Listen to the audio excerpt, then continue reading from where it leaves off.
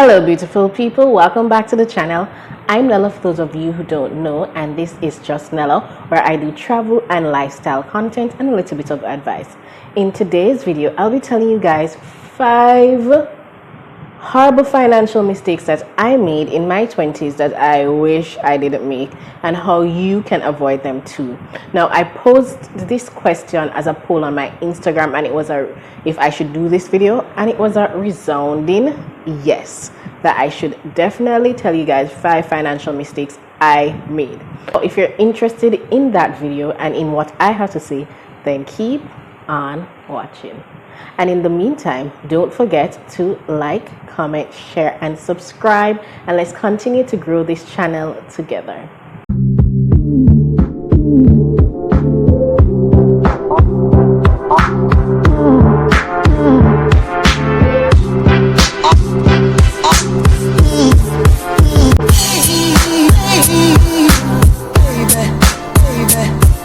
Now, before we begin this video, I wanted to give a shout out to my subscriber of the day. I am so thankful for you guys that you continue to support me, and I'm just so grateful that you subscribe and you leave a comment. And those of you who love this video, just leave a comment down below so that you can be featured in the next video as a subscriber of the day.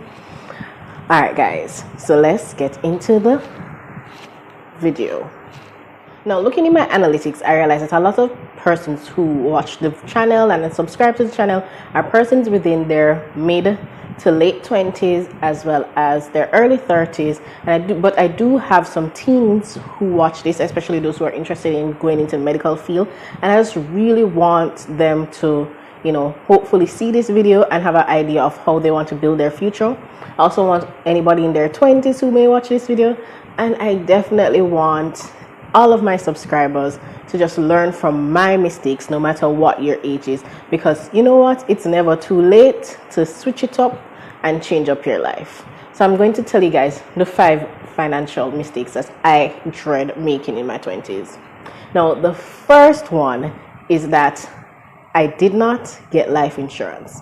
Now, I know, hold up, before you click out, I am not secretly a financial agent or financial planner or an insurance agent trying to get you guys to buy insurance. I'm not. I'm really not. I promise. Scout's honor. Well, guide's honor. I was a girl guide. Brownie guide thinks of others before herself and does a good turn every day. Anyways, but the reason why I said we need to get life insurance is for 2 reasons. Now, if you want to purchase any kind of property or get any type of assets, a lot of times the financial agencies, they require you to have life insurance. And one of 2 things is going to happen. If you don't have your own, they are going to take it out for you on your loan. They take out life insurance on your loan. So if you look in your loan agreement, you'll see, if you're able to read through it, they take out life insurance on you. No, what happens is if something happens to you, life or disability, all that happens is the bank collect their money, because Caesar always collects his bills. Caesar will always collect his taxes. He has to be paid, and it doesn't matter. So you take out life insurance and they take it out on you. No, why should you care? It won't benefit you. You'll be long gone. Should you really care? Well, the answer is yes, and that is for 2 reasons.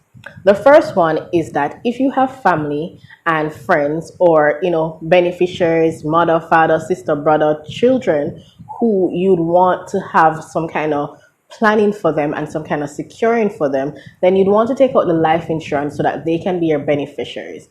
And then once that happens, if something happens to you, unfortunately, yes, the bank will take out their portion, but the remainder goes to your family, which can either be done to put towards your children's future, or it could even be used towards your expenses in your funeral and burial or other things. It could even be used to fix up the house. It just depends. The second reason is that a lot of financial life insurance agencies now, a few of them do have planning aside, a few of them do come with additional investments with your life insurance. Therefore, once you reach the age of 65, depending on the type of life insurance that you get, After age 65 and you're in retirement age, you can actually collect back a portion of the money from the life insurance company and get a payout because they have an investment portion of these life insurance policies. Now, I can't fully explain it because, as I said, I'm not a financial advisor, an insurance agent. Oh, God. No, sir. Yeah, sorry about that. I'm not a financial advisor and I'm not an insurance agent to give you the full terminology. But what I would say is to approach a financial advisor, or if when those financial advisors come to you, you actually listen to them. Now, the main reason why getting it in your 20s is the best time is because it is cheaper. It's a lot cheaper in your 20s. When I was in my 20s, I was approached by a financial advisor, and she's still my financial advisor now, and she had signed me up to get life insurance. At the time, it would have been $5,000 a month. I didn't do it at that time because I was like, I'm young, I'm popping. Why do I need life insurance? Big mistake. Now that I'm in my 30s and want to get life insurance, that fee has doubled to $11,000 a month because I am now older. And this is for a 30-year-old female who is a non-smoker. And and I have no chronic illnesses. And it is 11,000. It has doubled in what I was expected to pay when I was in my 20s. So if I had done it in my 20s, $5,000 a month, I would have my life insurance so that when I want to buy my property, as I mentioned before, if you want to get a house or any kind of property, they need life insurance for you. No, I have to be paying double what I would have been paying because I'm older now. Imagine that. 5 years older and I'm paying $5,000 more. So take it from me. If you're interested in building your planning, if you're interested in building and planning and building up your wealth and building up your future and purchasing property, you need to get life insurance. All right? Now, the second mistake that I made in my 20s is I gave in to lifestyle inflation. Like, because I had the money, I was working now, girl can mind herself, don't have to beg parents for nothing, don't have to out a road and beg nobody for nothing. I was like, I'm popping. I gave into lifestyle inflation. I bought so many things that I have not used, never will use, would probably not use and have no use for. I bought paid for all kind of expenses and I just bought a lot of things, went a lot of places that I did not need to do because I still don't use them any at all. All of a sudden, I make more money or I start make money and my expenses gone up. When I used to could have live off of my lunch money, all of a sudden, salary done. Girl, giving into lifestyle inflation, giving into, oh, I have money, I can afford that. Not because you can afford it means that you need to spend on it, right? Because also the things that you buy, you may never use in your lifetime. You may have no use for it, and you're just buying it because it is there and you can afford it. And giving into lifestyle inflation is the greatest way to detract from getting you wealth and from building you wealth in the long term. So I definitely regret giving into lifestyle inflation. Like, what the hell was I thinking? Are you serious? Seriously. Alrighty, guys. So we're halfway through. And the third financial mistake that I made, that I am dreading right now, is that I never learned about investing. Now, the whole investing conversation has gotten a lot bigger, especially since the pandemic. There are now, financial chats, there are more investment and finance YouTube channels. And I've always had an interest in personal finance and managing my money, and which is one of the focuses that I'm having on my, my new channel, which is Page in Dr. Nella, is I want to talk about medicine and money. But I did not learn about investing when I was younger. Partially because I was afraid of learning about investment. Another part because I had different priorities at the time. When you're young, you may not have the same priorities. One of my main priorities was paying off my car loan because I just hate owing people. I just hate it. It doesn't sit well in my spirit to owe anybody. So I really wanted to pay off my car loan in the quickest possible time. So a lot of my money was spent, trying to attack the debt. But in the meantime, while I was attacking the debt and I got a little bit of extra income, it would have benefited me if I had learned how to invest my money. And investments don't always mean investment in the stock market and buying stocks and bonds. Investment could also mean investing in your skill sets and investing in your qualifications so you can improve your higher ability or improve your skill sets. Right now, one thing that the pandemic has made us very aware of is the fact that a lot of our jobs are not as secure as we thought. I don't know if you guys realize, but even a lot of doctors last year, in the midst of a pandemic, were not getting hired because there was a hiring freeze, because a lot of the money was being diverted towards the pandemic, and therefore paying for salaries was not priority. And so a lot of people have to take one hand turn fashion and try and make new things and invest in my skill set. And as one person I know always says, or a lot of people, those rich people, they always say, one salary is just one foot closer to poverty. So one of the things I really wish is to learn about investing in stocks, investment in my own interests, investment in my own skill sets, so that I could have multiple streams of income coming in, whether active or passive, that I could count on to finance me. Because as I said, nothing is guaranteed right about now, and I have to make sure that I'm learning and growing and investing in myself and building up my future. So I really wish I had been focused on learning about investing when I was younger.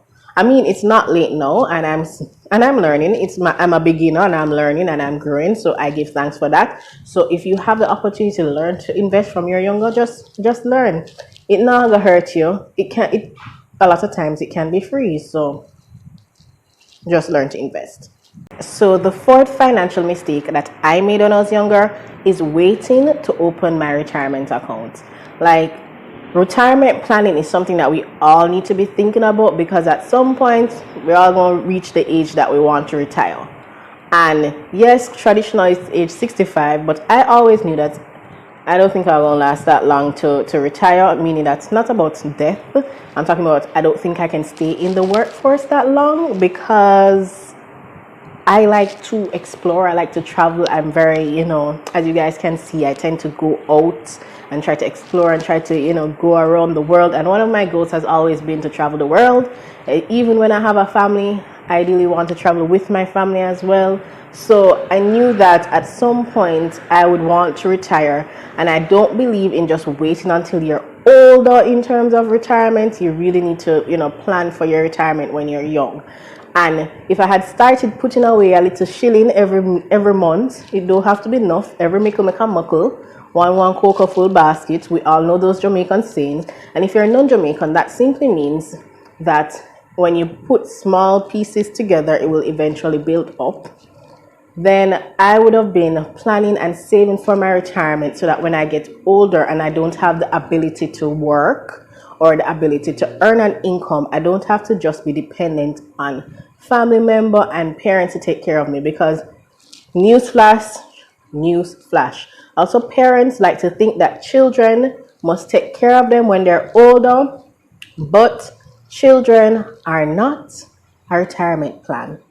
Because God forbid, anything can happen. You and your children can end up in a malice. God forbid your children die before you.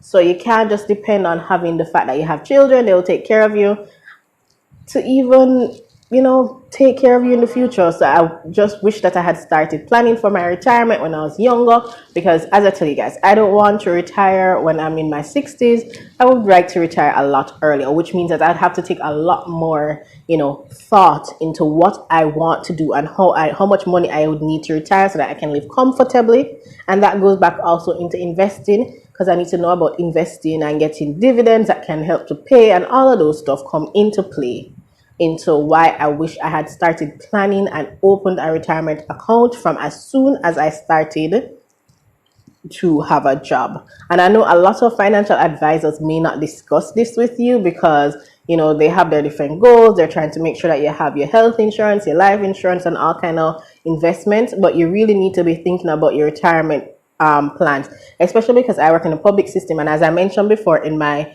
what doctors get paid, we do not get paid retirement. We don't have a pension that is given by the government. NIS is not adequate. It is mere insignificant amount of money that you can get for this continual economy that is in. There's inflation is going up, cost of living is going up, so you can't depend on things like government services. NIS, you need to be planning and saving up for your retirement. The final, we are at the end, guys. Don't worry, not dragging this out. The final and fifth and final thing that I regret not doing when I was younger is having conversations like this. Meaning, I regret not talking about money and talking about finances, whether it be from persons who are older than me and more experienced, persons richer than me and have more money, because you learn from people, or just even people who may not have enough money to find out what they're doing wrong, and just having conversations, open conversations with your friends, your family, man on the road, street side, people in better positions than you.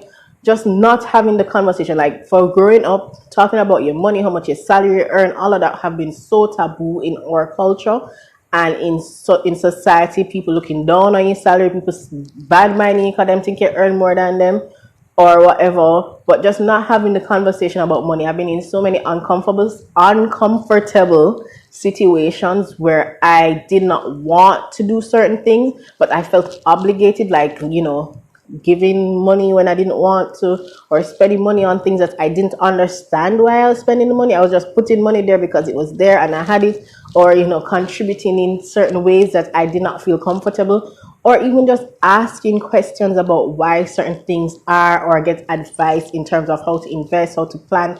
I just did not I feel comfortable having conversations about money. And that has led to me losing a lot of money, spending, squandering everything in the book when it comes down to money. And it is a financial mistake that I regret. And I definitely think that everybody should be comfortable enough, even if it's not with everybody, because so it's not everybody can talk to certain things about. But to find at least one person, or if it doesn't even have to be someone you know in person. As I mentioned before, the whole investment and financial genre has gotten a lot bigger in Jamaica. There are more people who are willing to have conversations about money, and more people who are willing to have, give advice about money. So if it's even to reach out to those people, but I definitely think that our ability to talk about money and, talking about how our spending is going, financing, buying, shopping, selling, has been a detriment to me personally. And I wish when I was in my 20s, I felt more comfortable having those conversations with other people. Just even talking about, as someone asked me how much I earned was uncomfortable, and I don't think it should necessarily be that uncomfortable, because it is one of the ways how employers undervalue us as employees, by us not knowing, what is the expected range for a person in our job description. What are the expected what would I say? What are the expected, things that we're expected to perform, and what, asking for raises. Like, we're doing more than we're supposed to, doing things outside of our job description, and not feeling comfortable asking for raises for, increasing our productivity, or increasing what we're carrying out, or the tasks that we're performing. We're just expected to do that, and we're just not having the conversations that we need to have with people to say, hey, if I'm doing more and I'm doing XYZ, then maybe I need to renegotiate my salary after a certain time period, or maybe I don't feel comfortable spending money on this, and therefore I don't want to, like, things like that. Just not being able to have a conversation about money, to me, has been a major detriment to me. So that is one of my biggest regrets in my 20s. But now I am open to have any conversation about money with anybody. You know what I mean? You want to talk? Link me. I have no problems. All right, guys, so that's it for today's videos, and those are the 5 financial mistakes that I made in my 20s that I just wish I didn't made. I never made. Sorry. Can I speak? Anyways, the point is that these are my financial mistakes. Everybody's financial mistakes can be different, and look and examine what you thought were your mistakes. And a mistake doesn't mean it's the end of the world. We learn from them, we grow from them. It's not what you do with the mistake, it's how you improve on the mistake and what you do after. And you just take it as a learning lesson that these are the mistakes I made, this is the direction I want to go in. this is how I'm going to change it. You can always start again, like I am doing now. I am basically rebuilding and restructuring my finances so that I can live the lifestyle that I want. And as I mentioned, everybody has different meanings and different lifestyle they want to live. So you have to know what you want, and then based on that, you have to organize and structure your finances to, you know, adjust for that. So they're mistakes, but they're not the end of the world. And right now, it's just for us to learn from the mistakes, as well as learn from the mistake of others, which is one of the reasons why I'm sharing this video today, is that I want you guys to learn from me, especially if you're younger, and even if you're the same age or older. It's never too late to start again, to rebuild your wealth and restructure your life how you want it. All right, guys, so thank you so much for watching. What are some of the financial mistakes that you guys made? I would love to hear it, so share them down in the comments below, or you can send me a DM if you don't want nobody know your business like that. But I definitely think other people can benefit and learn from all of our financial mistakes, and you shouldn't feel embarrassed. As I mentioned in the fifth mistake, you shouldn't feel embarrassed or too, you know, cautious in talking about your money mistakes and money finances, because you kind of want to learn from other people, learn the mistakes and build up, and therefore you won't make the same mistakes in the future. So that's it for today's video. Thank you so much for watching. Don't forget to hit the like, comment, share and subscribe button. Tell a friend to tell a friend to tell a friend to tell all your friends. I am almost at 8,000 subscribers, and I would really love it. I would really love it if I could reach that 1,000 subscribers before the end of the month, guys. So just share the video, subscribe if you haven't subscribed, because a lot of you watching the videos and don't subscribe. You obviously like the content, you obviously like me, so just subscribe and share, and let us grow together and stay a part of this family. All right, guys, until next time. Mwah. Peace.